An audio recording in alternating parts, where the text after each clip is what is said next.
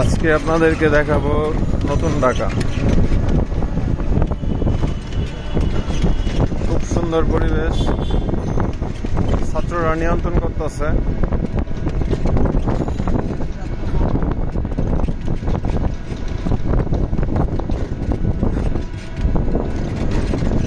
আর আমি একটা খবর শুনলাম, যেটা হচ্ছে গেছে কালকেই নাকি 18 কোটি টাকা সঞ্চয় হচ্ছে বাংলাদেশে। আলহামদুলিল্লাহ। তো এইভাবে যদি চলতে থাকে আমাদের দেশ উন্নত হইতে সময় লাগবে না। এই যে সব ছাত্র জমা হচ্ছে, যে দেশ উন্নত কীভাবে করা যায়, রাস্তাঘাট কীভাবে নিয়ন্ত্রণে আনা যায়, এটা ছাত্ররা সব নিয়ন্ত্রণ করতেছে। ছাত্রদের পাশে আমরাও আছি।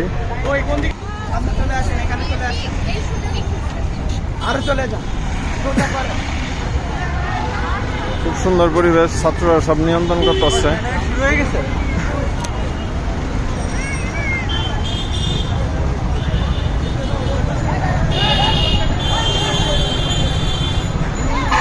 রাস্তার মাঝখান দিয়ে রাস্তা পারাপারের জন্য চেষ্টা করতেছে, কিন্তু ছাত্ররা বাধা দিচ্ছে। এটা খুব সুন্দর একটা পরিবেশ।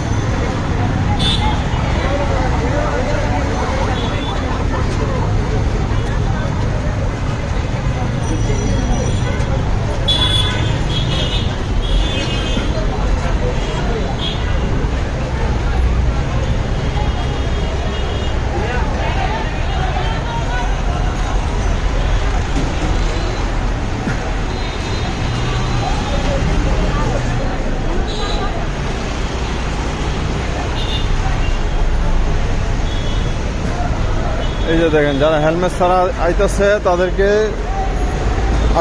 তাদেরকেই আটকাচ্ছে। হেলমেট ছাড়া আসলে তাদেরকে আটকাবে।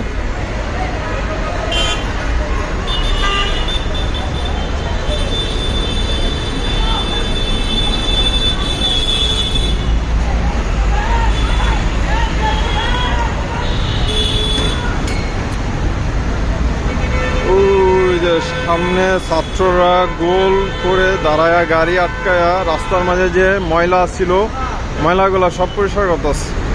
খুবই সুন্দর একটা দৃশ্য।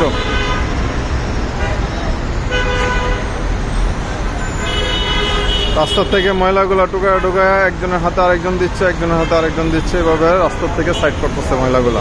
খুবই সুন্দর পরিবেশ। আর এখানে এই যে পিছনের লোকটা হেলমেট ছাড়া, সেই জন্যেই গাড়িটা যেতে দিতেছে না। খুব সুন্দর পরিবেশ।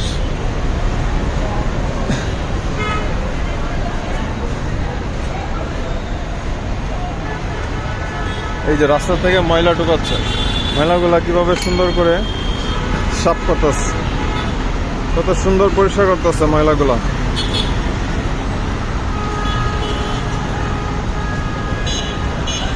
আসলে এইভাবে আমাদের সোনার বাংলা গড়ে উঠবে ইনশাল্লাহ।